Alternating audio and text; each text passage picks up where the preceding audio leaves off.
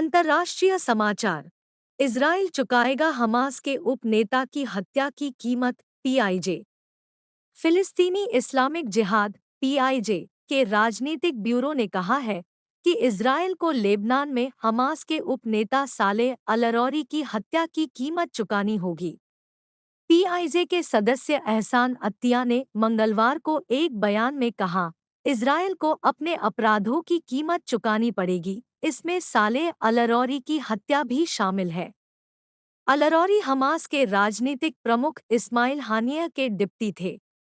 वह मंगलवार को बेरूत में एक ड्रोन हमले में मारे गए। हमास ने कहा कि अल-अरौरी के अलावा हमले में हमास के 2 अन्य शीर्ष नेता मारे गए। कोलोराडो सुप्रीम कोर्ट में घुसकर गोलीबारी, बंदूकधारी गिरफ्तार। कोलोराडो सुप्रीम कोर्ट में एक बंदूकधारी ने घुसकर एक सुरक्षा गार्ड को बंधक बना लिया और गोलीबारी की। कुछ देर बाद स्थानीय पुलिस ने उसे गिरफ्तार कर लिया। कोलोराडो राज्य गश्ती सीएसपी के अनुसार घटना मंगलवार सुबह 1:15 बजे हुई। संदिग्ध की पहचान 44 वर्षीय ब्रैंडन ऑल्सेन के रूप में की गई। वह खिड़की के जरिए कोर्ट में घुसा था। कोर्ट में घुसने के बाद उसने सीएसपी की कैपिटल सुरक्षा इकाई के एक गार्ड को बंदूक की नोक पर बंधक बना लिया और उससे चाबियां लेकर कोर्ट के अन्य हिस्सों में चला गया। इसके बाद उसने अंदर गोलाबारी की और लगभग 3 बजे स्वेच्छा से आत्मसमर्पण कर दिया। टोक्यो हवाई अड्डे पर विमान की टक्कर के कारण 300 से अधिक उड़ानें रद्द। 379 लोगों को लेकर जा रहा जापान एयरलाइंस जेएल का एयरबस ए350 टोक्यो के हानेडा हवाई अड्डे पर उतरते समय दूसरे विमान से टकरा गया।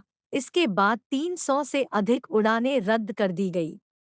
समाचार एजेंसी शिन्हुआ की रिपोर्ट के अनुसार मंगलवार शाम की घटना के कारण हवाई अड्डे को देर रात तक कई घंटों के लिए सभी रनवे बंद करने पड़े। इसके कारण हानेडा से आने जाने वाली 226 उड़ानें रद्द कर दी गई। इससे 40,000 से अधिक यात्री प्रभावित हुए। बुधवार को 3 रनवे फिर से खुलने के बावजूद उस दिन अभी भी लगभग 100 उड़ानें रद्द होने की उम्मीद है। इससे 19,000 यात्रियों की यात्रा योजनाएं बाधित होंगी। ट्रंप ने प्राथमिक मतदान के लिए अपनी अयोग्यता के फैसले के खिलाफ की अपील।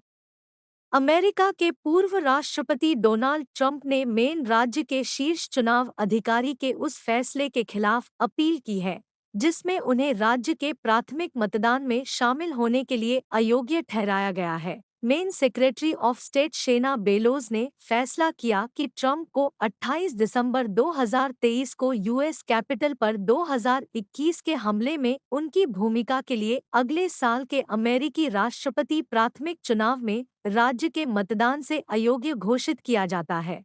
BNT की खास पेशकश।